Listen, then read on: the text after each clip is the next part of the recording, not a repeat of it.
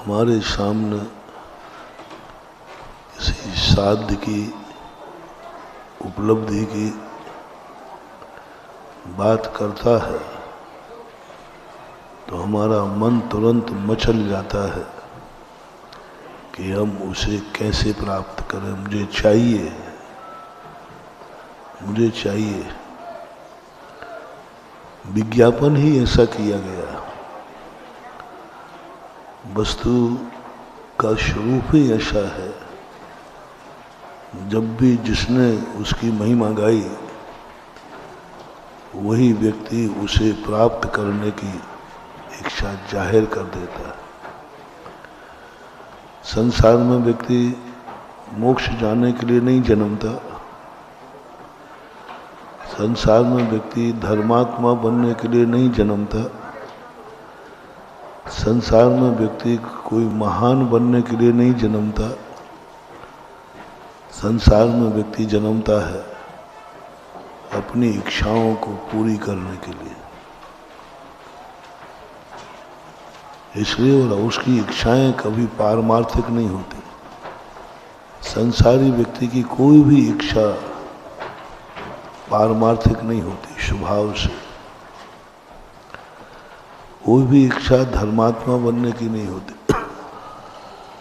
किसी की भी इच्छा प्रारंभ में पढ़ने की नहीं होती। अच्छा आदमी के बनने की नहीं होती। हर व्यक्ति की स्वभाव शुरू में पापी बनने का होता है, पाप करने का होता है, बुरी बातों का होता है। संसार में जो वृद्धि के कारण है उनका होता है। उसका कारण सीधा सा है। पूज्य कुंद भगवान ने कहा कि वो सब अनादिकाल से परिचित है।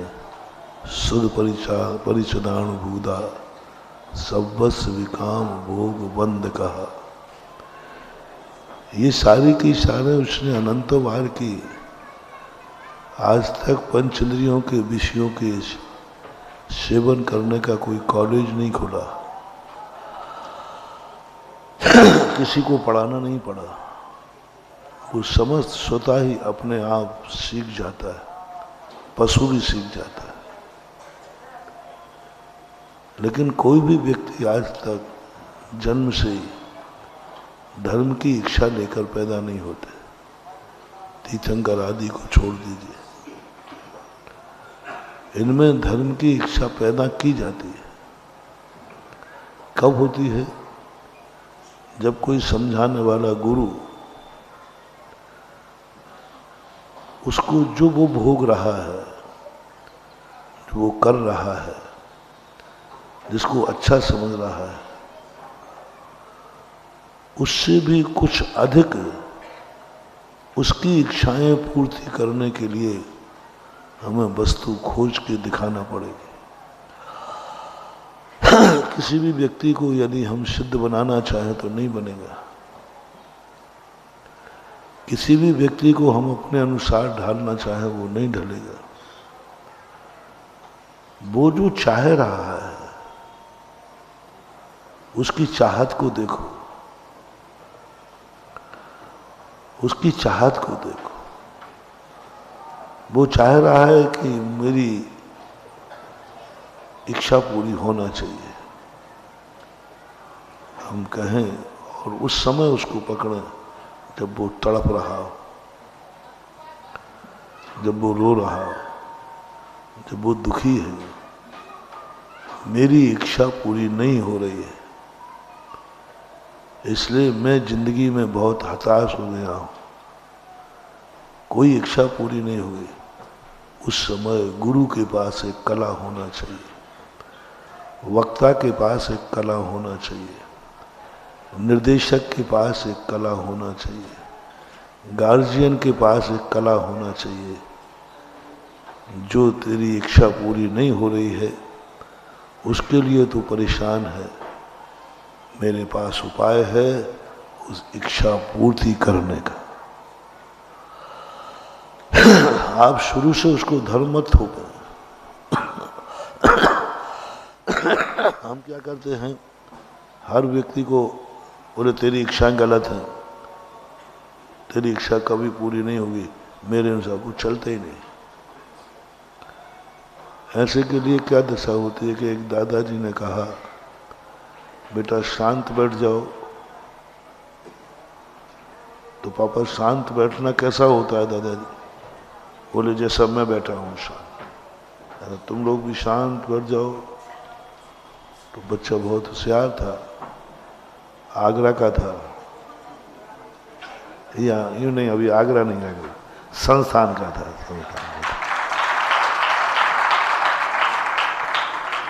बच्ची थी और बच्चा था।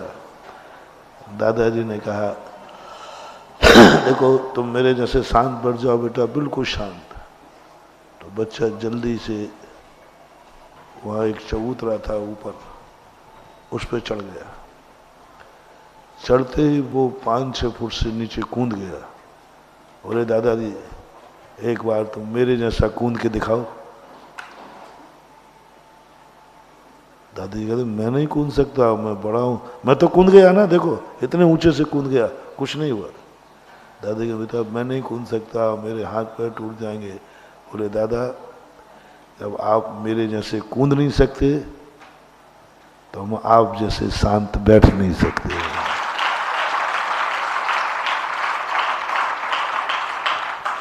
कितना बढ़िया जवाब था। और दादाजी कूद जाए बच्चे जैसे तो क्या होगा? हाथ पैर टूट जाए। और बच्चा शांत बैठ जाए तो बच्चे के शरीर में पैरालिसिस हो जाए, सब जाम हो जाएंगे। बच्चा 1 मिनट के अंदर 10 से 15 बार अपने शरीर को हिलाता है, एक कुदरत ने दिया। तो ऐसी चीजों से हम कुछ लाभ नहीं ले पाएंगे। तुम बच्चे के अनुसार बनो, बच्चे की इच्छा समझो, और जब वो इच्छाएं पूर्ति करने में समर्थ नहीं हो रहा हो, उस समय तुम्हारे पास एक दावा होना चाहिए, तुम्हारे पास एक शक्ति होना चाहिए,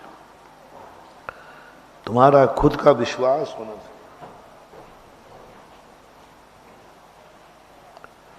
दावा कर, विश्वास के साथ मेरे पास एक साधन है जिससे तेरी इच्छाएं पूरी हो जाएंगी। सावधानी से बोलना, बच्चा है। यदि झूठ में पकड़े गए तो जिंदगी भर तुम फिर बच्चे को कभी पढ़ा नहीं पाओगे, झूठा कहीं का। दुनिया के सामने, सबके सामने झूठ बोलना, अपने से छोटे के सामने कभी झूठ मत बोलना। झूठ बोलो भी तो इतना प्रमाणिक हो कि वो सत्य सिद्ध हो जाए। झूठ बोलना पड़ता है, लेकिन झूठ पकड़ा नहीं जाए। बड़ों के सामने नहीं, बड़ों के सामने तो झूठ नहीं पकड़ा जाए तो स्वयं जाकर के बता देना चाहिए, मैंने झूठ बोला है, मैंने गलत बोला है, मैंने अपराध किया है, मैंने गलती की है। बड़ों के सामने तो स्वतः जाके बताना चाहिए, लेकिन छोटों के सामने कभी भी जो तुमने गलती की है उसकी गलती की सिद्धि ना हो जाए, वो झूठ पकड़ा नहीं जाए, अन्यथा वह छोटा तुम पर इतना हावी होगा, इतना हावी होगा कि वो कंट्रोल के बाहर हो जाएगा। ये नीति है, अपनी कोई भी कमी बड़ों से छुपाना नहीं और अपनी कोई भी कमी छोटों को दिखाना नहीं। कोई भी कितनी बड़ी कमी हो, कितनी भी बड़ी कमी हो, बस एक सावधान रखना, तुम्हारे से जो अधीनस्थ हो, चाहे बेटा हो, चाहे नौकर हो, चाहे पड़ोसी हो, कोई भी हो, जो तुम्हारे अधीनस्थ है उसको कभी तुम्हारी कमी, तुम्हारा झूठ, तुम्हारा छल, तुम्हारा कपट, तुम्हारी मायाचारी कभी भी पता नहीं चलना चाहिए। कितनी बड़े तुम हो, चाणक्य ने भी ये नीति दी, राजा में कितना भी दोष क्यों ना हो, प्रजा को पता नहीं चलना चाहिए। राजा से कहा, यदि तुम दोषों से मुक्त नहीं हो सकते, पहली बात तो वो गलती करो ही मत जो तुम अपने से छोटों में नहीं देखना चाहते। एक बार किसी व्यक्ति ने पूछा, हमें कौन सी गलती नहीं करना चाहिए, संक्षेप में बताओ, मुझे कौन सी गलती नहीं करना चाहिए। मैंने उनको जवाब दिया, आपके कोई छोटे हैं? बोले है। बेटा है? बोले है। छोटा भाई है। घर में और आपसे छोटे हैं। बस उनमें आप कौन सा दोष नहीं चाहते हो कि हमसे छोटा ये गलती ना करे, वो तुम बता दो। तुम्हें कौन सी गलती नहीं करना वो बाद में बताऊंगा।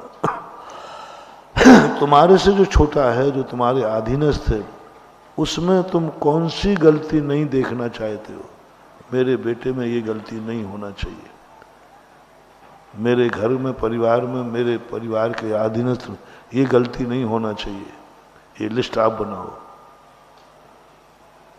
और ये लिस्ट बनाने के बाद नीचे नोट लगा दो, बस यही गलती आज से मैं नहीं करूंगा, क्योंकि जब छोटों में नहीं देखना चाहता हूं तो अपने में वो गलती कैसे, फिर तुम बड़े कैसे। जो गलती तुम छोटों में नहीं देखना चाहते हो, वो गलती स्वयं कर रहे हो, बहुत बड़ा दोष है। तो पहला निर्णय तो ये करो, जो आप सभी के लिए मोटिवेशन है, जो जिससे छोटा हो, जूनियर सीनियर वाला जूनियर से, परिवार, तुम उसमें क्या गलतियां नहीं देखना चाहते हो, क्या गुण देखना चाहते हो कि ये गुण मेरे में हो, जब मैं जाऊं तो मुझे रिस्पेक्ट करे, मुझे सम्मान करे, मेरा आदर करे। जो कुछ भी आप गुण देखना चाहते हो, बस ये दोनों चीजें उसी दिन से तुम स्वीकार कर लेना। आज के बाद ये द्वेष मेरे में नहीं रहेगा, और जो मैं छोटों में देखना चाहता हूं वो गुण मेरे में जरूर रहेगा। जाओ, सारी प्रजा, सारी दुनिया तुम्हारी गुलाम बन जाएगी, भक्त बन जाएगी, तुम उनके राजा बन जाओगे, तुम उनके गुरु बन जाओगे, तुम उनका गाइड बन जाओगे, तुम उनके गार्जियन बन जाओगे। ये दो चीजें बहुत मार्मिक हैं, जो हम दोषों छोटों में नहीं देखना चाहते। मेरे, यदि आपको बड़ा बनना है, आपको नेतृत्व बनना है, आप किसी से भी बड़ा बनना चाहते हैं, आप पिता बनना चाहते हैं, आप किसी नौकरी में अच्छे पद पर जाना चाहते हैं, आप साधु हैं तो गुरु बनना चाहते हैं, आप मास्टर बनना चाहते हैं, XYZ, किसी से भी आगे निकलना चाहते हैं, तो ये दो बातें आप अपनी जिंदगी में मंत्र के रूप में रख लेना। तुम्हारी गुरुता, तुम्हारा राजत्व दिन दूना रात चौगुना बढ़ेगा, क्योंकि प्रजा यह नहीं देखती कि मुझे क्या मना करने को कहा गया है, प्रजा ये देखती है कि राजा क्या कर रहा है। बालक ये नहीं देखता है, सुनता भी नहीं, समझता भी नहीं कि मुझे क्या नहीं करना चाहिए, वो एक ही देखता है, मेरे माँ बाप क्या नहीं करते हैं वो नहीं करेंगे। वो नहीं समझता है कि मुझे क्या करने को कहा गया। आप भूल जाता है, तुमने कहा था भूल गया, लेकिन वो नहीं भूलता जो मेरे माँ बाप करते हैं। एक बार मैंने तुदल के ऊपर प्रवचन दिया, बच्चों ने त्याग दिया, बच्चों ने त्याग दिया। एक दिन घर में कोई पंडित जी आए 10 लाख पर में, तो पंडित जी दही बड़ा खा रहे थे। यथार्थ घटना। और परिवार के लोग भी खा रहे थे। बच्चा तुरंत मेरे पास दौड़ा आया, बोले महाराज जी आपने मेरे दही बड़ा छुड़ा दिए। तो मैंने क्यों बेटा खाने की इच्छा हो रही है? बोले जी मेरे खाने के बाद। मैंने खाने के बाद क्यों हुए आज? तुम तो बहुत दिन से त्याग किए थे, महीने 2 महीने हो गए थे। बोले महाराज जी दही बड़ा आदि सही गलत होता तो पंडित जी क्यों खाते?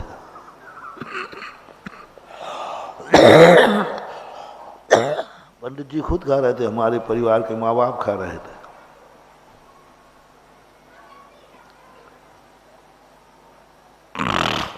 समझाने का प्रभाव खत्म हो गया।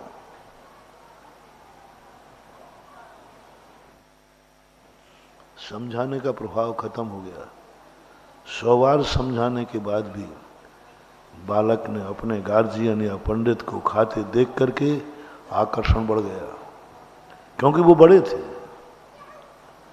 गार्जियन थे, पंडित जी थे। तो ऐसे ही आपकी दशा, हमारी सबकी दशा है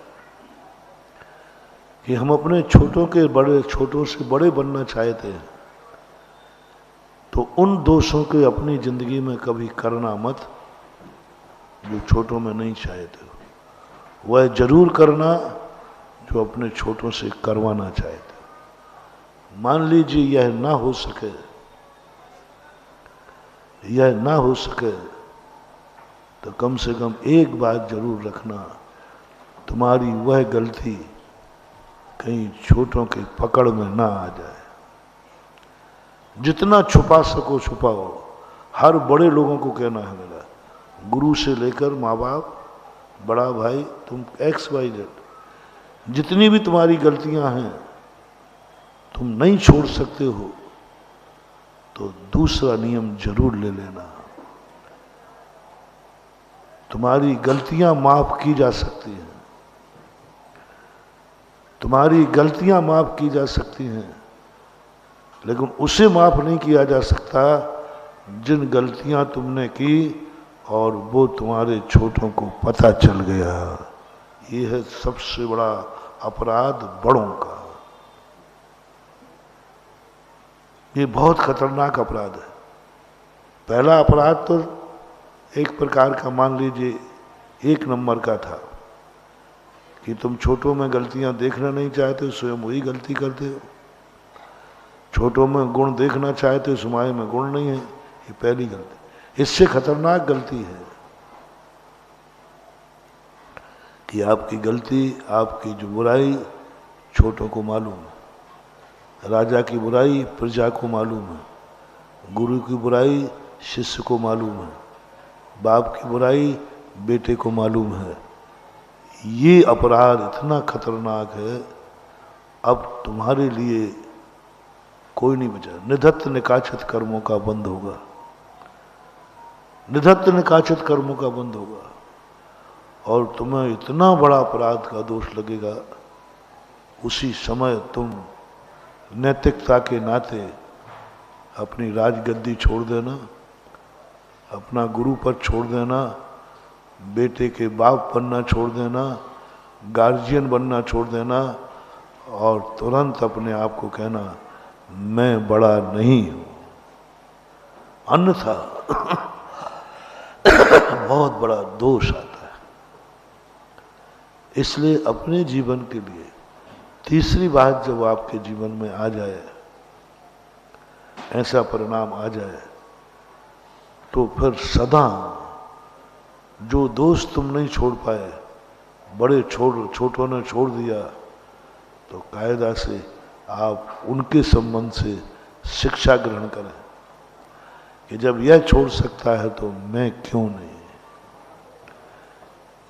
इस प्रकार की स्थिति को लेकर के हम जब भी हों, पहले ये समझें कि सामने वाला क्या चाह रहा है। उसकी इच्छा की पूर्ति पर आप इंतजार करें और दावा करें विश्वास के साथ। पहले स्वयं को भरोसा होना चाहिए, मैं तुम्हारी इच्छा पूरी कर सकता हूं। मेरे अनुसार आपको चलना पड़ेगा, वो तुरंत आपको सिलेंडर हो जाएगा। हाथी ऐसे ही तो बस में किया जाता है। हाथी प्यास से पानी दो, मिलेगा पानी, मेरा आदेश मानोगे? मिलेगा भोजन, मेरा आदेश मानोगे? वो सब स्वीकार कर लेता है और एक 5 फुट के मनुष्य में एक इतना बड़ा हाथी बस में हो जाता है। हमें भी अपने अंदर किसी को बस में करना है तो सबसे पहले उसकी इच्छाएं जानो, वो क्या चाहता है, और वो इच्छाओं की पूर्ति करने की ताकत तुम्हारे पास होना चाहिए। तुम्हारे पास इतनी समर्थ होना चाहिए कि उससे कह सको हाँ है, तुम कर लीजिए, और उसकी पूरी विधि बताइए। विधि बताइए। पूज्यवर कुंद भगवान ने सोने बनाने की विधि बताई। सोना बन सकता है। सोना बनाने की विधि समय साथ बताए, बना सकते हो। तो में किसान बहुत गंदी आदत है, नहीं, यदि तुम सही उसके गार्जियन हो तो उसकी ये गंदी आदत से तुम उसको महान बना दोगे, अच्छी आदत से नहीं, इसी गंदी आदत से।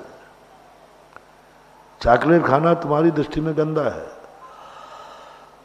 उसके लिए नुकसानदायक है, लेकिन उसकी कमजोरी यही है कि उसको चॉकलेट चाहिए। चॉकलेट चाहिए। अब तुम उसकी कमजोरी को मत हटाओ, उस कमजोरी का फायदा उठाओ। ये चॉकलेट के लिए कुछ भी कर सकता है, चॉकलेट के लिए कुछ भी कर सकता है। इसको चॉकलेट चाहिए है, इसके लिए कुछ भी कर लेगा। तुम्हारे बच्चे अपहरण तक हो जाते हैं एक चॉकलेट में। अपहरण करने वाले चॉकलेट बिस्किट दिखा करके उसको अपहरण तक कर लेते हैं। यानी चॉकलेट उसको इतनी प्रिय है कि वो किसी अनजाने व्यक्ति को भी माँ बाप कहने को तैयार है। वो करने को, सब कुछ करने को तैयार है, चॉकलेट दीजिए। आप इसका फायदा उठाइए। चॉकलेट मिलेगी, एक नहीं 2 मिलेगी। तो 2 मिलेगी? बोले मिलेगी। एक काम करना पड़ेगा, ये चॉकलेट मिलेगी तुझे, यहां नहीं खाएगा, स्कूल में बैठ के खाना है।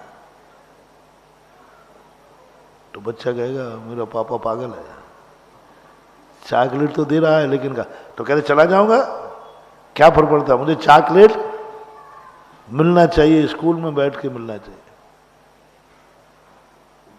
चला जाएगा। फिर धीरे से, अभी तुम पढ़ने की मत बोलना, उसकी 2 चॉकलेट खत्म हो गई, जल्दी खा ली, अब एक और मिलेगी। तो ये स्लेट पेंसिल लेकर के ये पकड़ ले, तो क्या करूं उसका, जो तुझे करना हो कर। फिर चॉकलेट खा ली, एक और मिलेगी, दिन बढ़ा लेना, एक एक दिन। बोले बस तू अपने हाथ को यूं ऐसा एक चूल्हा बना, नीचे एक चूल्हा बना, बीच में एक डंडी खींच, ऐसे कर दे तो एक और मिलेगी। वो कहे ये सब पागल है, इतने में कौन नहीं है। वो बना देता है, उसको चॉकलेट मिल गई, और तुम्हारा उद्देश्य था ये पढ़ लिख के महान बन जाए, वो महान बन गया।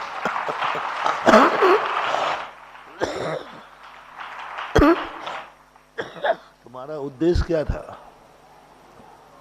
ज्ञानी बनाना। उसका उद्देश्य क्या था? दोनों के काम हुए कि एक का? और बाद में वो खुद ही पकड़ लेगा, ज्ञानी बनने के बाद चॉकलेट खाना स्वास्थ्य के लिए हानिकारक है। धर्म भी ऐसे ही है महानुभाव। धर्म एक वो अपरिचित वस्तु है जिसको कोई नहीं चाहता। किसी की इच्छा धर्मात्मा बनने की नहीं है। मैंने पहले ही कहा, कोई भी व्यक्ति नहीं सोचता कि मैं धर्मात्मा बनूं।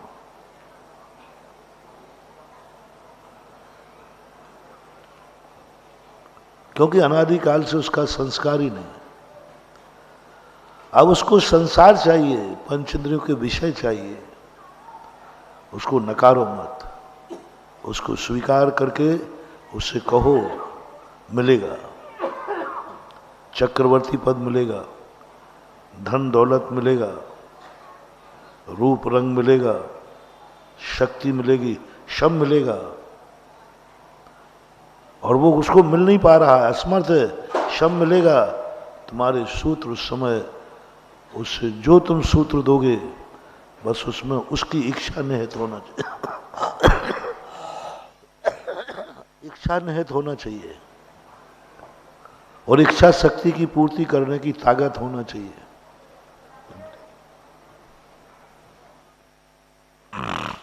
यदि ये कला यदि व्यक्ति के अंदर आ गई, इसी कला को प्रदर्शित करने के लिए माँ बाप बनाए जाते हैं, इसी कला को प्रदर्शन करने के लिए गुरु बनाए जाते हैं कि गुरु हमें वह शक्ति प्रदान करें हमारी इच्छा पूर्ति में जो गुरु के पास है। हमें वो महान बनाएं जो वो हैं। उसके लिए हमें सामने वालों की इच्छाएं जानना है, उनकी परेशानियां जानना है, और अपनी वस्तु को इतने अच्छे ढंग से प्रस्तुत करें, इतने अच्छे ढंग से प्रस्तुत करें कि सामने वाले का मन ललच जाए और धीरे धीरे उसको लगे कि चॉकलेट में उतना आनंद नहीं है जितना पढ़ाई करने में आनंद है। बड़े होने के बाद स्कूल से बच्चे से कहो आज स्कूल नहीं जाना तुझे, घर में काम है, वो कहता नहीं आज मेरा प्रैक्टिकल है, स्कूल जाना है। कल तक तो छोकरे जबरदस्ती भेजता था तो जाता नहीं था, आज कैसे तैयार हो गया, अब उसको समझ में आ गया। हमें हर वस्तु का एक विज्ञापन करने की आदत होना चाहिए। यदि तुम चाहते हो कि मेरा मन, अपने मन को ले लीजिए, अपना मन बहुत बेईमान है, इस मन को समझाना बहुत कठिन है, इन मन से सामायिक कराना बहुत कठिन है, इन मन से स्वाध्याय कराना बहुत कठिन है। तो हमें इतनी कला आ जाए कि धर्म को हम इतने अच्छे ढंग से प्रस्तुत करें कि मन का भी मन मचल जाए, मैं भी माला फेरूंगा, मैं भी स्वाध्याय करूंगा, मैं भी धर्म करूंगा, मैं भी मंदिर जाऊंगा। तुम्हारी एक परिणति को देखकर तुमने धर्म किया है कि नहीं किया, तब प्रमाण पत्र क्या है तुम्हारा। तुम अच्छे मुनि हो, तुम अच्छे गृहस्थ हो, तुम अच्छे संस्थान के बालक बालिका हो, तुम्हारा प्रवचन अच्छा रहा कि नहीं, तुम्हारा चतुर्मास अच्छा रहा कि नहीं। अपने मुंह से मियाँ मिट्ठू नहीं बनना, सामने वाले को देखो तुम्हारी इस क्रिया से उनको आनंद आया है कि नहीं, उनको कुछ लगा है कि नहीं, मुझे बहुत कुछ मिला है।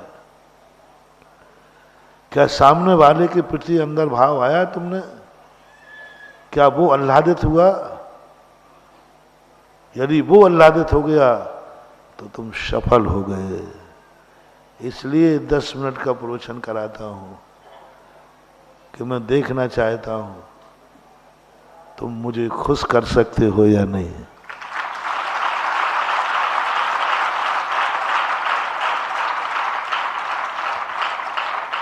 तुम क्या पढ़ते हो, क्या लेते हो, मुझे मतलब नहीं है, तुम मुझे खुश कर सकते हो कि नहीं। और मैं खुश जब हो सकता हूं जब तुम्हारा वक्तव्य सुनकर के जितने लाइव में देख रहे हैं वे सब खुश हो जाएं, जो श्रोता सुनेंगे। तुम्हारी तालियों से कोई मतलब नहीं, बजाया जाओ अपनी कविता पे तालियां। तुम्हारा वक्तव्य सुनकर के जो पीछे बैठी है सभा, वो यदि तालियां बजा दे तो समझ लूंगा कि संस्थान। मनोज बाबू, बैनर जी, जगदीश बाबू, कैसा लगा? सो तो नहीं रहे थे? हम क्या हैं? हमारा प्रमाण पत्र, जब हम धर्म की प्रभावना करना चाहते, सामने वाला सुनकर के रह जाए, गजब, क्या गजब हो गया, ऐसा भी बोल लेते हैं। मैं अभी तक, तुम लोग नीचे बैठते थे, मुझे तो दिखता नहीं था, बोलना सुनता तो था, लेकिन इस बार इन लोगों ने सामने वो लगा दिया है, उसमें देख लेता हूं। बस जो बोलने का जो ढंग था, वो ढंग सारे लोगों को प्रभावित कर रहा है। दोनों बच्चे बच्चियों का शब्दों के बोलने के ढंग में निहित रहता है कि तुम्हारी खुद की कथनी पर तुम्हें कितना विश्वास है, दूसरे को नहीं। जब स्वयं को विश्वास नहीं होता है ना, तो वो बात वजन से नहीं निकलती, लेकिन जब स्वयं को विश्वास होता है तो शरीर के हर हरकत में वो विश्वास झलकता है और पावर से कहता है ऐसा है।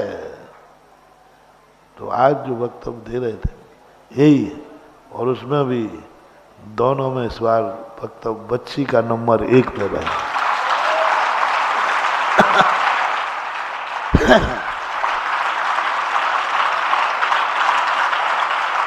यदि तुम्हें नहीं बनाना है, पीछे वालों को बजाना है,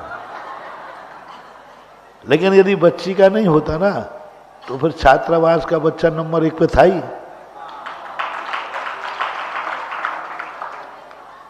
यही है, अपने अंदर की पर्याय, अंदर से निकली हुई आवाज प्रभावित करती है। तुम्हारी जिंदगी से तुम खुश हो क्या? तुम्हारी जिंदगी से, तुम्हारी हरकतों से कोई और भी खुश है? तुम्हारे ज्ञान से तुम खुश हो क्या? तुम्हारे ज्ञान से और कोई भी खुश है?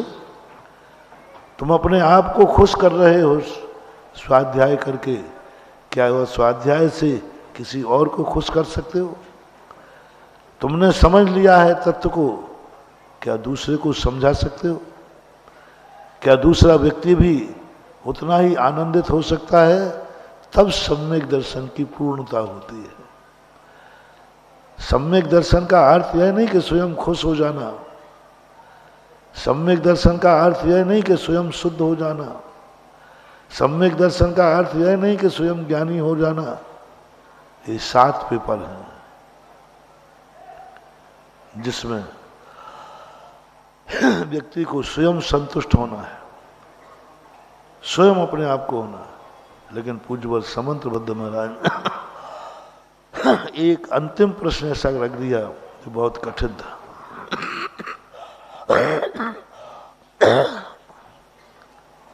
बहुत कठिन पेपर है वो, क्योंकि वो हमारे हाथ में नहीं है।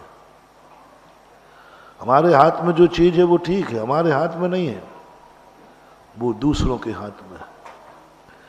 कि तुम्हारी जो धर्म की स्थिति आपने स्वीकार की है, क्या उस धर्म का कोई प्रशंसक दुनिया में और कोई है क्या?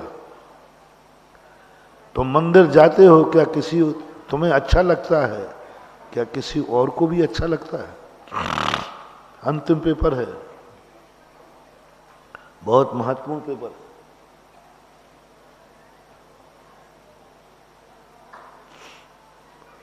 तुम मंदिर जाते हो, तुम्हें अच्छा लगता है, बहुत अच्छी बात है। किसी और को भी अच्छा लगता है क्या? तुम अभिषेक करते हो, तुम्हें अच्छा लगता है, किसी और को भी अच्छा लगता है क्या? तुम रात्रि भोजन त्याग किया है, तुम्हें अच्छा लग रहा है, किसी और को भी अच्छा लग रहा है क्या? तुमने अभक्ष त्याग दिया, बहुत अच्छा लग रहा है, किसी और को भी अच्छा लग रहा है क्या? तुमने और भी पाप त्याग दिए, तुम्हें अच्छा लग रहा है, किसी और को भी अच्छा लग रहा है क्या? तुम मुनि दीक्षा ले ली, पूज्य वर्षवंत भद्र महाराज कहते हैं कैसा लग रहा है? कुंद कुंद स्वामी कहते हैं कैसा लग रहा है? बहुत अच्छा लग रहा है, बहुत आनंद आ रहा है, बहुत सब कुछ हो गया। इंटरव्यू लेते समय, ओरल जो इंटरव्यू होता है ना, वो एक व्यक्ति नहीं लेता, 3-4 अलग अलग बैठते हैं। तो कुंद कुंद स्वामी ने कहा, बोलो तुम्हें मुनि बनने पर, धर्म करने पर, स्वाध्याय आदि कैसा लगा? बहुत अच्छा लग रहा है, बहुत धन हो गया, बहुत खर्च हो गया, बहुत बढ़िया। कुंद ने कहा कि पास हो गया, अभी नौकरी नहीं मिली। दूसरी टेबल समंत भद्र महाराज की लगी है। उनने पूछा क्या क्या करते हो? अपन ने सब बता दिया। सब बता दिया, ये मेरे श्रावक के नियम है, मुनि के नियम है। तो समंत भद्रवान पूछते हैं, तुम्हारी इन क्रियाओं से क्या किसी दूसरे को भी अच्छा लगता है? क्या तुम्हारी इन क्रियाओं से कोई और भी खुश है? क्या तुम्हारी इन क्रियाओं को देखकर किसी को अच्छा लग रहा है? अभी कैसे बताओ? समंत भद्रवान का चलो बाहर हो जाओ साइड में। अंत में आया, तुम्हें नौकरी मिली ही नहीं। कौन से पेपर में फेल हो गए? कुंद कुंद के पेपर में फेल हो गए, पास हो गए, और समंत भद्र महाराज के पेपर में किसको अच्छा लगा, किसको? ये तो सोचा ही नहीं था। हमने तो ये सोचा था कि हमें अच्छा लग रहा है, मैं कर रहा हूँ, मुनि बनने में अच्छा लग रहा है। ये तो सोचा ही नहीं था कि कोई ये भी पूछेगा कि तुम्हारे मुनि बनने से किसी को अच्छा लगा है क्या? समंत भद्र महाराज का प्रभावना अंग जो एक है। तुम संस्थान में आए हो, बहुत अच्छा, बहुत बढ़िया, बहुत बढ़िया, किसी और को भी अच्छा लग रहा है क्या? हर चीज में लगा लेना, जो भी तुम करते हो सब में लगा लेना, किसी को अच्छा लग रहा है क्या? अब अच्छा लग रहा है वह व्यक्ति कौन है? अब तुम अपने आप को भूल जाओ, वह व्यक्ति कौन है जिसको तुम्हारा अच्छा लग रहा है? शराबी को, महाराज शराबी को शराब अच्छी लग रही नहीं, वो कौन है? वो कौन है? उसकी रेपुटेशन क्या है? क्या दुनिया में लोग उसको पसंद करते हैं? तो पहला निर्णय आपको, आपके मंदिर जाने से, आपके मुनि बनने से सबसे ज्यादा किसको अच्छा लगता है? सबसे अच्छा आदमी कौन है तुम्हारी दृष्टि से? सबसे अच्छा आदमी कौन है तुम्हारी दृष्टि में? घर में, तुम्हारे घर में लेता हूं, घर से लेता हूं। तुम्हारे घर में सबसे अच्छा आदमी कौन है तुम्हारी दृष्टि में? बोलो बालको, आप लोग, तुम्हारे घर में कह रहा हूं, सबसे अच्छा आदमी कौन है? माता पिता। बस आप जो कुछ भी करें, बस इतना ध्यान रखें कि मम्मी पापा को अच्छा लग रहा है कि नहीं। जाओ, क्योंकि वो तुम्हारी दृष्टि में अच्छा है। यदि अच्छा हो तो, नहीं तो नहीं। आपकी दृष्टि में, आपके घर में जो अच्छा आदमी हो, जो आपको लगे ये बहुत अच्छा आदमी है, ये मेरा आदर्श है, बस आपकी हर हरकत उसको अच्छी लगना चाहिए। आप गृहस्थी के सम्यक दर्शन में पास हो गए, क्योंकि तुम्हें तो अच्छा लग ही रहा था और मम्मी पापा को अच्छा लगा। और जो चीज़ उनको बुरी लगती है वो तुम्हें कितनी ही अच्छी लगती हो, वह तुम्हारे सम्यक दर्शन को फेल कर देगी। अब थोड़ा पड़ोस में आए, थोड़ा सा और नगर को देखें, और यदि माँ बाप से भी अच्छा कोई व्यक्ति हो तो वो कौन है? माँ बाप से भी कोई अच्छा हो तो, मैं नहीं बोलूंगा, बस बस पूरी नौकरी मिलने वाली है। बस एक पेपर में, क्या तुम्हारी हरकत से तुम्हारा गुरु खुश है? गुरु को खुश करो, खुशामद से नहीं, चमचागिरी से नहीं। क्या तुम्हारी उस क्रिया से गुरु को पता चला कि तुम आज मंदिर गए थे, आज अभिषेक किया था, तुमने ये व्यसन छोड़ दिया, तुमने ये नियम ले लिया, तो क्या गुरु को खुशी हुई? यदि गुरु खुश हो गया, जाओ, तुम्हारे जन्म जन्म की दुआ इस हाथ उठा में नहीं है, गुरु के खुश होने में है। ये हाथ उठाने से कुछ नहीं होता बंधुओं, इसका नाम आशीर्वाद नहीं है, इसका नाम आशीर्वाद नहीं है। इस आशीर्वाद की चर्चा तो पूरे आगम में ही नहीं है, पता नहीं कहाँ से चल पड़ी है परंपरा। हाथ उठाने के आशीर्वाद की परंपरा मुझे कहीं शास्त्रों में देखने को नहीं मिली। तीर्थंकर तो देते ही नहीं, है ही नहीं ये परंपरा, कहाँ से आई हाथ उठाने की, है ही नहीं। और मैं इसको आशीर्वाद मानता भी नहीं हूं। आशीर्वाद वो है, क्या तुम्हारी किसी क्रिया से गुरु खुश है? क्या गुरु के अंदर आनंद आ रहा है? ओहो, मेरा शिष्य, मेरा छात्र, आनंद आ गया, मजा आ गया, इतना अच्छा हो गया। एक सेकंड को भी यदि गुरु को खुशी आ गई, मानुभाव, संसार की कितनी भी बद्दुआएं दी हो किसी ने, वो एक क्षण की खुशी में, एक क्षण की दुआ में वे बद्दुआएं सब नाश को प्राप्त हो जाती।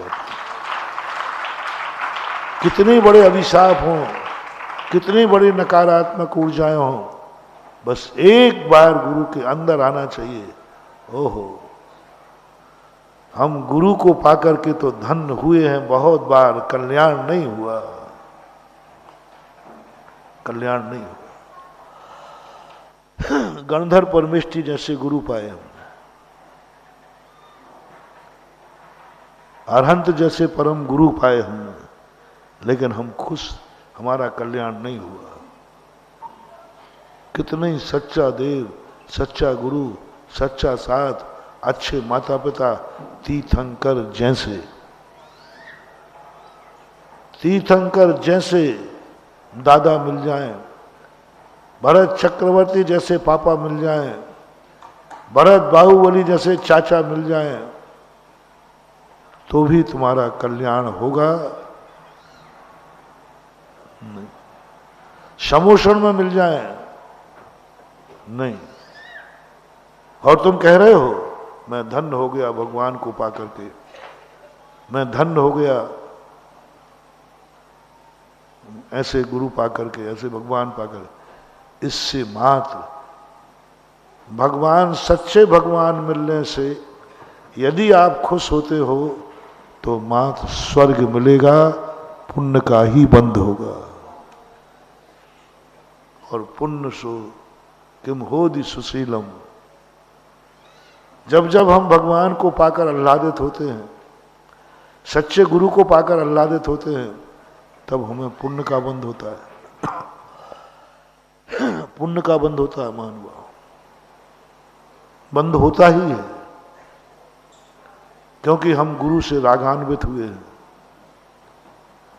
गुरु से हम प्रभावित हुए, धन्य हुए। मेरे गुरु, मेरा भगवान, मेरा नमोकार मंत्र, मेरी जिनवाणी माता, सब कुछ जो कुछ भी है, इस सब में आपको अधिकतम यदि ऐसा करते समय तुम्हारा मरण होगा तो स्वर्ग से आगे नहीं जाओगे, क्योंकि तुम गुरु, भगवान, धर्म को पाकर खुश हो। अपनी जिंदगी में बहुत, संस्थान को पाकर के खुश हो। संस्थान को पाकर के तुम खुश हो कि नहीं, बोलो। और संस्थान में यदि तुम्हें आयु का बंध हुआ, मरोगे तो स्वर्ग जाओगे पक्का है, नरक तो जाएगा ही नहीं।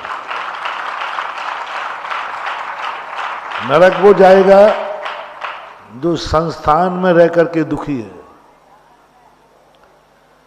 जो माँ बाप को पाकर के दुखी है, अच्छे माँ बाप को, अच्छे माँ बाप को पाकर दुखी है वो दुर्गति जाएगा। अच्छे संस्थान को पाकर दुखी है वो दुर्गति जाएगा। अच्छे गुरु भगवान को पाकर जो दुखी है दुर्गति जाएगा।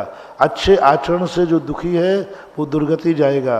अच्छे कार्यों से जो दुखी है वो दुर्गति जाएगा, अच्छे कार्यों से। और जो अच्छे कार्यों से, अच्छे माँ बाप, अच्छे गुरु, अच्छे धर्म से खुश है तो वो स्वर्ग जाएगा।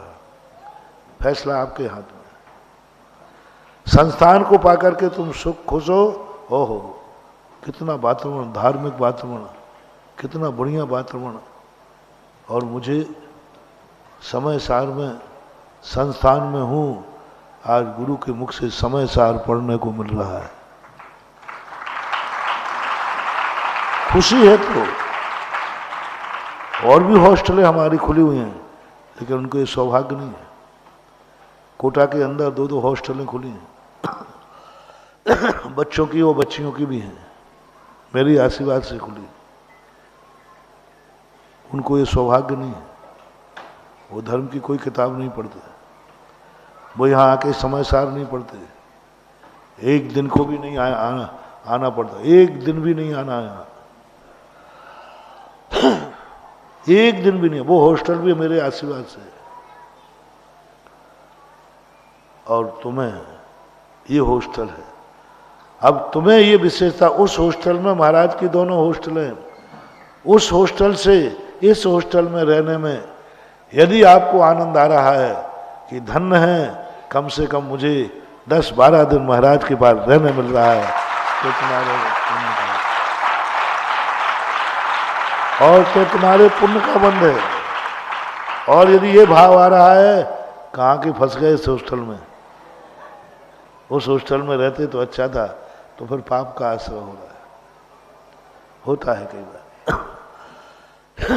2 बालक थे, एक बालक मंदिर जाने की बात कही, क्लास में जाने की बात कही, समय सार में जाने की बात कही। उन्होंने कहा साहब मैं नहीं जाता, मैं तो बहाना बनाता हूँ पिक्चर जाऊंगा।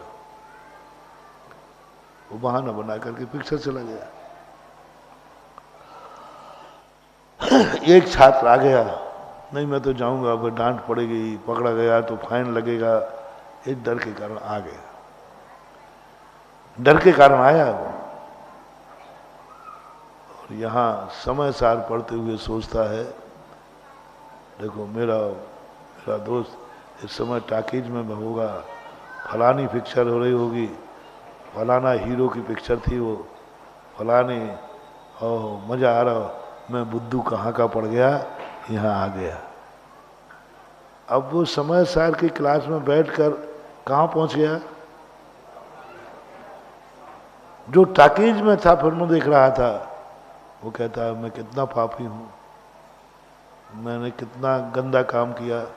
मेरा दोस्त इस समय महाराज के सामने बैठा होगा, महाराज समय सार पढ़ा रहे होंगे, वो पढ़ रहा होगा, कितनी अच्छी बात है, कितना पुण्य कमा रहा हो गया, वो धन्य है, मैं पापी हूँ। और दोनों मर गए। दोनों मर के कहाँ पहुँचे, टाकीज वाला कहाँ और यहाँ वाला कहाँ। तो लिख दूँ यहाँ, इस समय एक क्लास चलिए नरक का द्वार,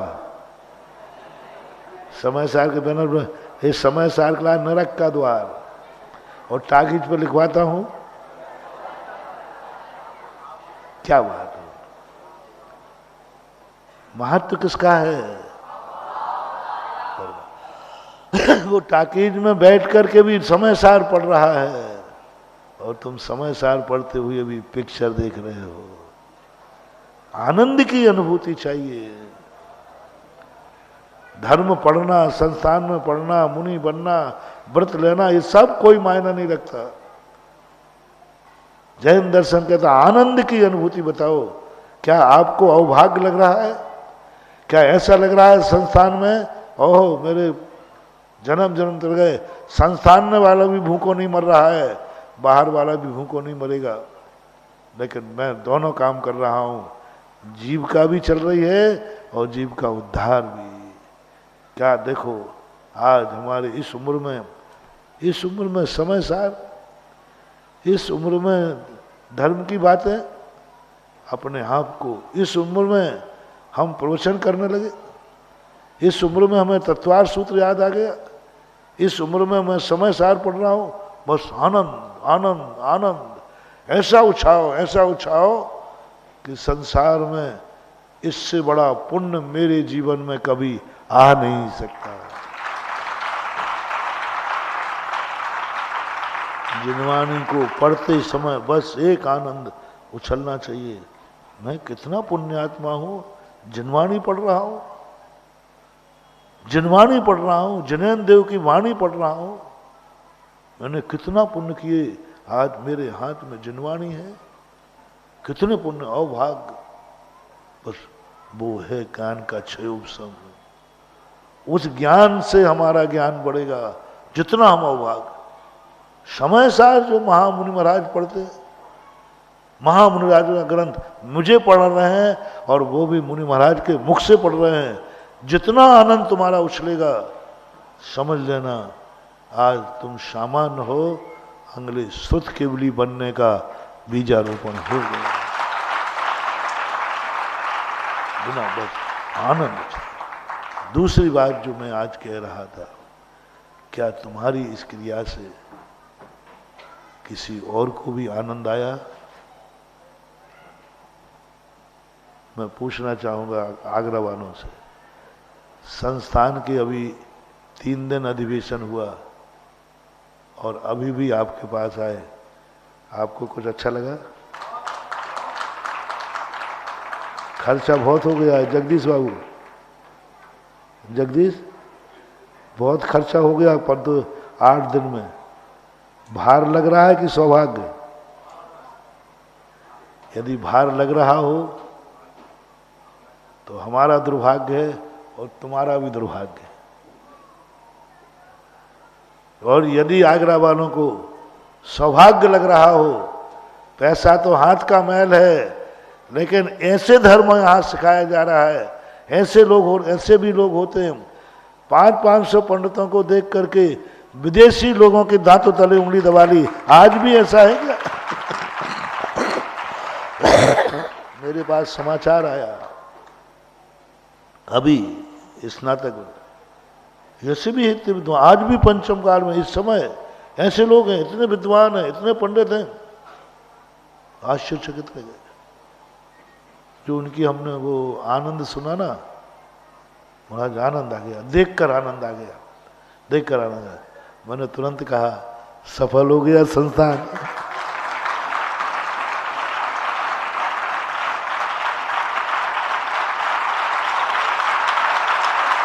ये स्थितियां बनना चाहिए। हमारा ज्ञान, हमारी जो कुछ भी हमारे पास है, उससे कितने लोग खुश हो पा रहे हैं। और वो कौन है? जो मैंने गुरु की बात कही थी, यदि तुम्हारी किसी हरकत से गुरु खुश हो गया, बहुत बड़ा आशीर्वाद। जिनवाणी मां खुश हो गई, और बड़ा आशीर्वाद। और सारी दुनिया कहने लगी वाह, दान देने वाले तो ऐसे कह रहे हैं। महाराज पहले तो लगता था कि ये दान पता नहीं कहाँ जा रहा है, अब तो ऐसे लग रहा है कि सारा दान इसी में दिया जाए, इसी में दिया जाए। उनको आनंद आ रहा है, उपलब्धि हो रही है, उनको लग रहा है कि बहुत बड़ी चीज हो गई है। तीर्थ फीके कर दिए इस संस्थान ने। आज मुझे तक कहना पड़ रहा है कि जिनेन्द्र देव के इतने तीर्थ बनाए, वे सब सेकंड हैं और सुमन संस्कृति संस्थान फर्स्ट है।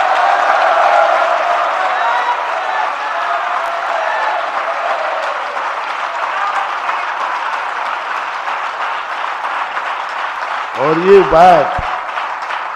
ये बात हम नहीं कह रहे, दुनिया कह रही है। ये बात मैं ही नहीं कह रहा हूं, सारी दुनिया कह रही है। तो ये हमारे अंदर हर चीज की एक कला की स्थिति आना चाहिए। हर चीज में अपन को इस ढंग से विचार करना चाहिए, सोचना चाहिए कि सम्यक दर्शन के उस अंग में हमें पास होना है जो 8वां अंग है। 8वें अंग में हमें पास होना है। कुंद कुंद के 8वें अंग में पास होना सरल है, लेकिन समंत्रबद्ध महाराज के 8वें अंग में पास होना बहुत कठिन है, क्योंकि ये पर के ऊपर आधारित है। सामने वाला एक्सेप्ट करे या नहीं करे, ये बहुत कठिन है। ये इतना कठिन है कि अपन को यदि काफी जांचना हो तो हमने खुद ने ही लिखी है, खुद ने ही लिखी है और खुद को ही जांचना है।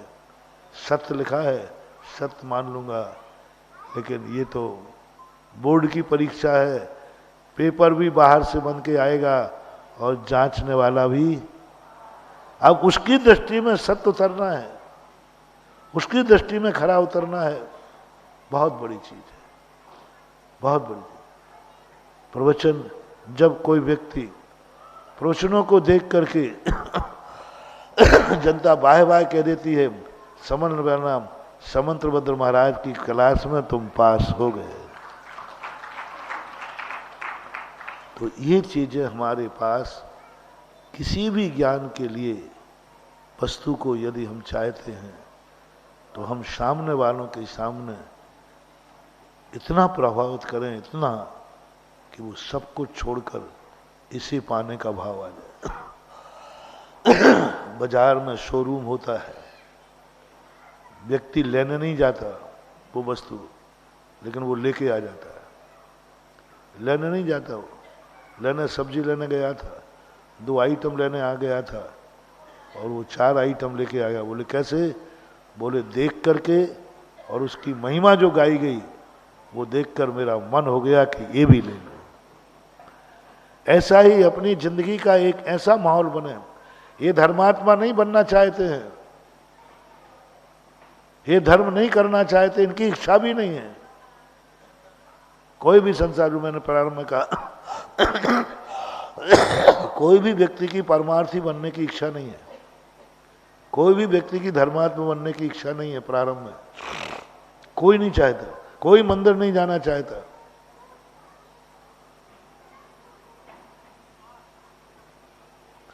सब भोजन की थाली चाहते, पूजन की कोई नहीं चाहता। सब नहाने के इच्छुक हैं, अभिषेक के कोई इच्छुक नहीं है।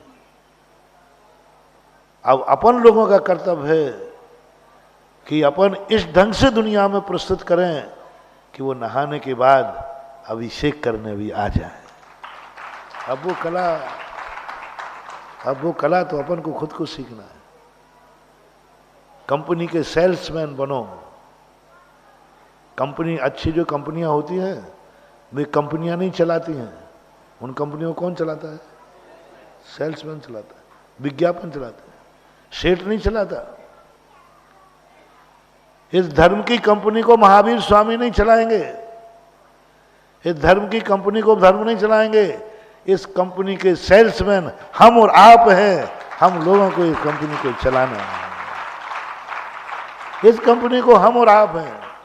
चाहे तो दिवालिया निकाल दें, तो चाहे तो दिवाली का बोनस ले लें, दिवालिया भी निकाल। हम सेल्समैन हैं। हम जिस कंपनी के एजेंट हैं उस कंपनी को हमें चलाना है। अब वो कुशलता हमारे पास, खुद के पास होना चाहिए कि जो धर्म करने नहीं गया था, जो बाजार करने के लिए सामान लेने नहीं गया था, लेकिन सेल्समैन ने ऐसा प्रस्तुत किया कि वो लेके आ गया। ये धर्म करने के लिए नहीं जन्मा था, लेकिन ऐसा अपन ने प्रस्तुत किया कि वो धर्मात्मा बन गया। बना था, जन्मा था संसारी बन के, मरा धर्मात्मा बन के। ये सेल्समैन का काम है, धर्म का काम नहीं है। ये धर्म का काम नहीं है। पहला काम है जिनको धर्म समझ में आ गया, धारण कर लिया, वो सेल्समैन क्या इतनी अच्छी ढंग से प्रस्तुत कर पा रहे हैं कि ये ने कहा था मैं धर्मात्मा बनने नहीं आ रहा हूं, मैं मंदिर जाने के लिए नहीं जन्मा हूं, और वो मंदिर आने लगा।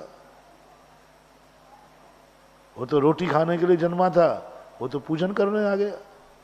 क्या बात हो गई? तेरा लक्ष्य क्या था? जन्मते ही बालक किसके लिए रोया था?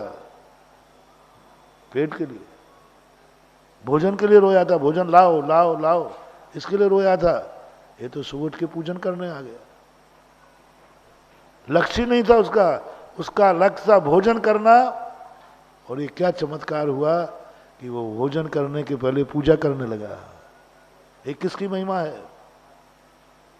ये है उन पूजन करने वाले जो पहले लोग थे, उनकी देख करके, जिन्होंने पूजा को समझा था, जिन्होंने पूजा की थी, उनको ऐसी पूजा करना चाहिए कि भोजन करने वाला भोजन के पहले पूजन करने आ जाए। ये कार्य महावीर स्वामी को मत सौंपो, ये कार्य धर्म को मत सौंपो, ये कार्य वो लेवे जो पूजा कर रहा है, जो धर्म कर रहा है। तुम मुनि बनने के लिए नहीं जन्मे थे, लेकिन अब मुनियों का कर्तव्य, महावीर का नहीं, धर्म का नहीं। अब मुनियों का कर्तव्य है कि अपने मुनिपने को ऐसा प्रस्तुत दुनिया में करें कि जो संसार में रहने आया था और वो परमार्थ के मार्ग पर चल पड़ा। कौन व्यक्ति है जन्म से संकल्प करके आता हो मैं मुनि बनने के लिए जन्मा हूं, मैं मुनि बनने के लिए जन्मा हूं? तीर्थंकर को छोड़ देना, कोई भी मुनि बनने के लिए नहीं जन्मता, लेकिन फिर भी मुनि बने हैं कि नहीं? लक्ष्य ही नहीं था, निर्देश ही नहीं था मुनि बनना है, लेकिन मुनि बन गए। किनके बदौलत है ये जो हमसे पहले मुनि बने हैं, ये उनकी सेल्समैनगिरी का है कि मुनि बन गए। हमसे पहले कौन मुनि बने? कौन मुनि है आज जो युवाओं को प्रभावित कर लिया? आज जो युवा प्रभावित है, युवा कोई मुनि बनने के लिए जवान नहीं होते हैं जी। जवानी मुनि बनने के लिए नहीं होती है। हर व्यक्ति जवानी विषय भोगों के लिए करता है, हर व्यक्ति जवानी ऐसो आराम के लिए करता है। हर जवानी में व्यक्ति अपने आंखें कान सबको संसार में लगाता है। ये उद्देश्य है जवानी का। किसी से पूछो जवान क्यों होना चाहते हैं? जो धर्मात्मा नहीं हो, उससे पूछना, एक ही जवाब मिलेगा, ऐसो आराम के लिए। ये लक्ष्य उस जवानी का। लेकिन अब किसका काम है उसको मोड़ना? धर्म का नहीं, भगवान का नहीं। जो वर्तमान में मुनि हैं वो कुछ मुनि पने को इस ढंग से प्रस्तुत करें, इस ढंग से प्रस्तुत करें कि वो बारात लेके जावे और मुनि बन के लौट आवे। रागी बन के गया था, बैरागी बन के चला गया। जवानी पाई थी विषय भोगों के लिए, जवानी पाई थी ऐसो आराम के लिए, और बीच में मन पलट गया। क्यों पलट गया? क्यों पलट गया? बीच में मिल गए ना परम पूजनीय आचार्य विद्यासागर महाराज, मिल गए ना। क्या मन तो था नहीं। किसी भी महाराज ने पूछना क्या जन्म से आप इसलिए जन्मे थे क्या? लेकिन गुरुदेव ने ऐसा विज्ञापन किया, मुनि धर्म का ऐसा विज्ञापन किया, ऐसा विज्ञापन किया कि अच्छे अच्छे जवान भूल गए वो विषय कसाएं, भूल गए वो भोग विलासताएं, और आ गए मोक्ष मार्ग पर पीछे लेकर संयम के मार्ग पर बढ़ गए। यह है समंत्र भद्र का प्रभावना अंग, यह है समंत्र भद्र का प्रभावना, समंत्र भद्र महाराज। और इसमें पास हुए बिना हमारा कल्याण नहीं हो सकता।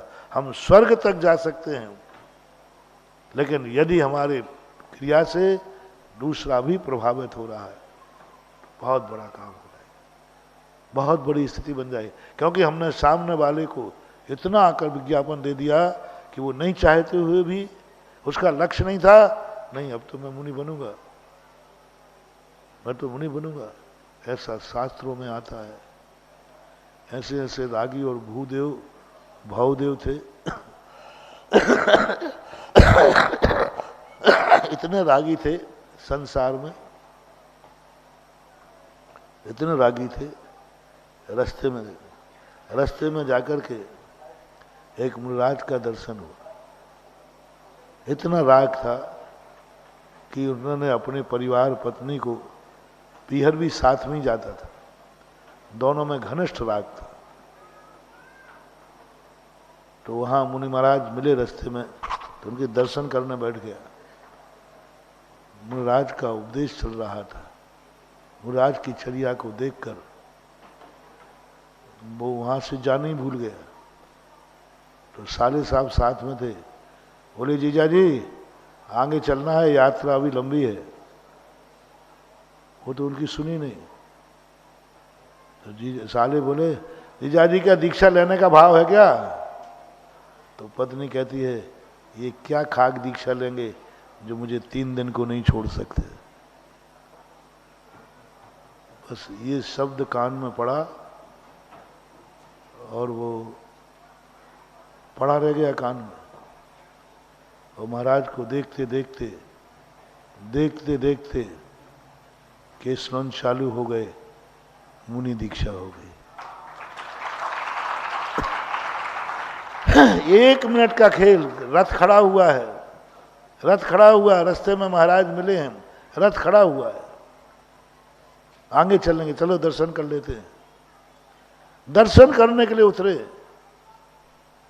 और जब जीजा जी को दीक्षा लेते देखा तो साले साहब कहते हैं कि अब क्या होगा। तो उनका केस लॉन्च हुआ, उन्होंने दीक्षा करके ध्यान में बैठे। ओहो, साले साहब ने मन किया संसार असार है, बाजू में वो दीक्षा लेने बैठ गए। जीजा साले की दीक्षा, 3 तो प्राणी थे रथ में, बहन यानी पत्नी और दोनों। अब दोनों को दीक्षा लेते कि वो अकेली घबरा गई, मैं अकेली क्या करूं, मैं कहां जाऊं, ससुराल जाऊंगा तो सासू है, और पीहर जाऊं तो। उसने भी बाजू में बैठकर आरी का दीक्षा ले ली, रथ खड़ा का खड़ा रह गया। भूदेव और भवदेव की जीवन के किसी भी पल में वैराग उपज सकता है।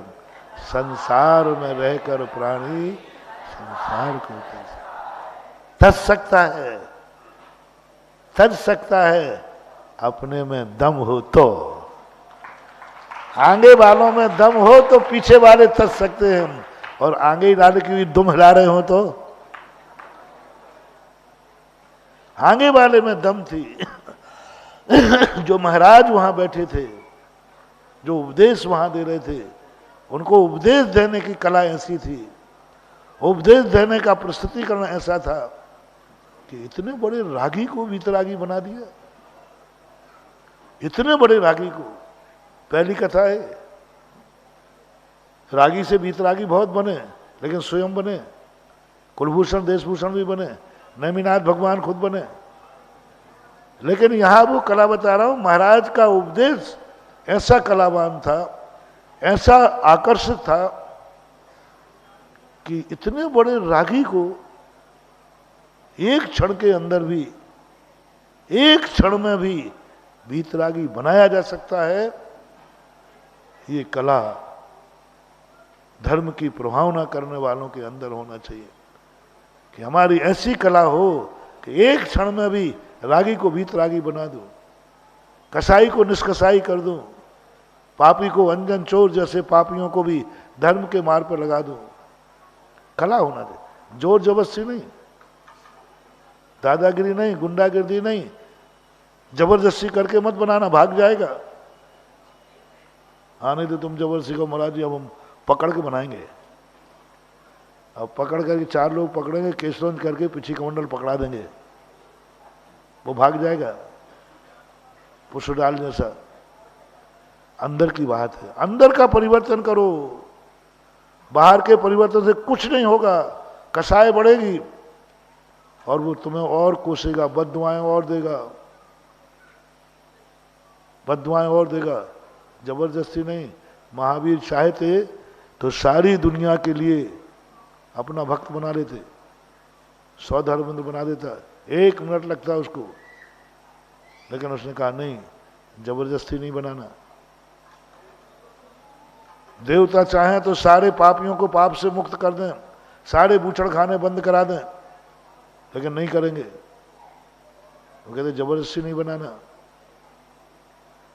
अपनी प्रभुता से नहीं बनाना, कीलित करके नहीं बनाना, दंडित करके नहीं बनाना, धर्मात्मा दंडित करके नहीं बनाना। चाहे तो एक देवता, हम बहुत बार अपन लोग चर्चा करते हैं, कोई देवता आकर के चमत्कार दिखाए, सारे बूचड़ खाने बंद करा दे, गृहीत मिथ्यात को सबको उड़ा दे, वे उड़ा सकता है फूंक से, नहीं करेगा। क्यों? क्योंकि वो जानते हैं जबरदस्ती का किया हुआ धर्म ज्यादा देर नहीं टिकता, अंदर की दशा पर। ऐसी कला उन महाराज में थी कि 1 मिनट के अंदर राख की आग को बुझा करके दीप राखता की दीप जला दिए, दिवाली बना दी। और उसकी दीक्षा में इतना आकर्षण था कि साले साहब ने भी दीक्षा ले ली, और उन दोनों की दीक्षा में इतना आकर्षण था कि पत्नी ने और बहन ने भी। ये कला तुम लोगों के अंदर, अपने धर्म के अंदर आना है। धर्म के प्रति ऐसी तैयारी करो, धर्म के ध्वजा को ऐसा फहराओ, और जिस लक्ष्य को अपन ने समझ लिया है उस लक्ष्य को ऐसा करो कि तुम्हारे मुख से सुनते ही सारे व्यक्ति उस लक्ष्य की तरफ मुड़ जाएं। प्रस्तुतिकरण कर सकते हो सकता है, उसी के लिए आप लोग आज हमने विस्तार से तुम्हें सब कुछ बता दिया समय सार। और आपका जो प्रशिक्षण शिविर ये शिक्षण शिविर नहीं है, ये कौन सा शिविर है? प्रशिक्षण शिविर है। शिक्षण शिविर सरल है, शिक्षण शिविर में हमें इतना ज्यादा नहीं समझाना पड़ता। प्रशिक्षण शिविर कठिन है कि तुम्हें समझना ही नहीं है, दूसरों को समझाना भी है। प्रशिक्षण शिविर है, इसलिए आज के प्रवचन में तुम्हें प्रशिक्षण कैसे दिया जाए, कैसी तैयारी होना चाहिए प्रशिक्षण की।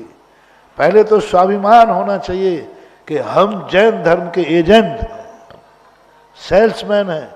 हमारे ऊपर मात्र अकेले स्वयं को धर्म धारण करने की जिम्मेवारी नहीं है, हमें दूसरों को भी धर्म में मार्ग में लगाना है, ये जिम्मेवारी है। पहले तो अपने आप को ये माने और फिर कटिबद्ध हो कि मैं जिस कंपनी में रहूंगा वो कंपनी 0 से हीरो तक पहुंचा के रहूंगा।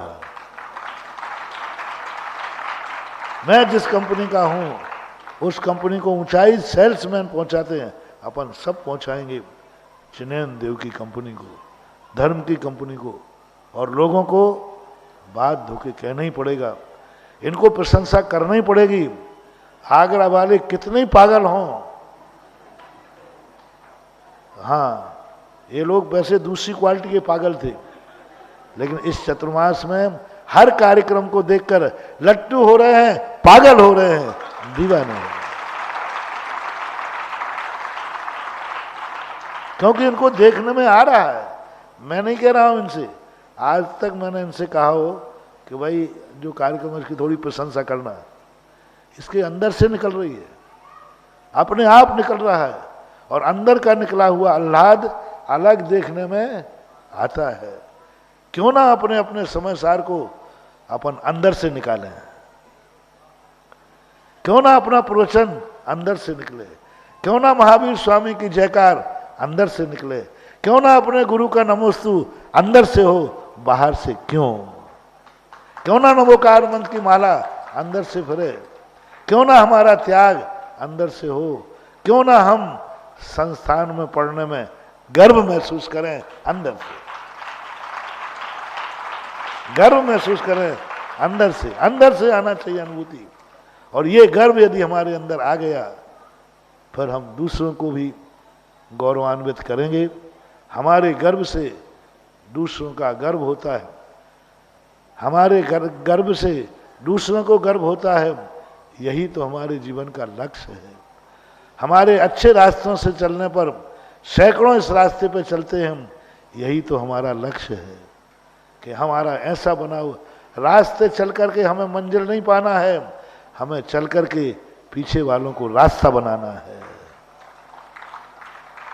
मंजिल तो हम कहीं से भी पा लेते हैं, पा लेंगे, लेकिन नहीं, हमारा मंजिल पाना ही लक्ष्य नहीं है। हमें वो रास्ता बनाना है जो हमारे बाद भी वह रास्ता पीछे वालों को चलने के लिए कारण बन जाए। हमें वो धर्म धारण करना है जो हमारे धर्म धारण करने से दुनिया को, जनता को भी धर्म धारण करने का भाव आ जाए, इनको भी उस धर्म का आनंद लेने का परिणाम आ जाए। महावीर भगवान की।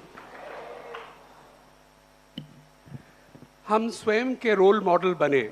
आज पूज्य श्री ने जो प्रशिक्षण शिविर की भूमिका हम सबके मध्य रखी, और आज आप जब युवा विद्वान विदुषी हमारे मध्य सामने आए हैं, बहुत आनंद आ रहा है ये देखकर कि इतने टैलेंटेड लोग हमारे साथ, हमारे सामने हैं। साथ ही जो एक और दूसरी विषय पूज्य श्री ने हमसे कहा, हम प्रशंसा अपनी स्वयं कितनी भी कर लें, लेकिन जब तक दूसरा व्यक्ति प्रशंसा न करे तब तक हमारा कार्य सफल नहीं होता। और ये बात इस वर्षा योग के लिए भी सिद्ध हो रही है।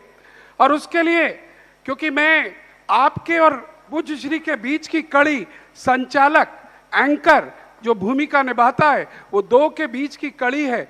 और मैं देख रहा हूं पूरे भारत से मेरा मोबाइल भरा रहता है अननोन, व्हाट्सएप से अननोन, मैं नहीं जानता कौन लोग हैं वो, पूरे विश्व से, अमेरिका, ऑस्ट्रेलिया, हांगकांग, सिंगापुर, कहां कहां से, भारत समेत लोग मैसेज देते हैं। और जो जो यहां हो रहा है वो पूरा विश्व देख रहा है और दांतों तले दबाकर देख रहा है। और इसलिए अद्वितीय वर्षा योग ये आगरा नगर में हो रहा है और हम सब अभिभूत हैं। आइएगा, जिससे पहले आज कई लोग यहाँ पर हैं, उससे पहले मैं एक और घोषणा यहाँ पर भक्ति कलश की गई है, वो परिवार स्वयं नहीं आ पाया है। एलएस जैन परिवार एटा, मैं श्री राजेश जैन जी गया वालों से अनुरोध करूंगा उनका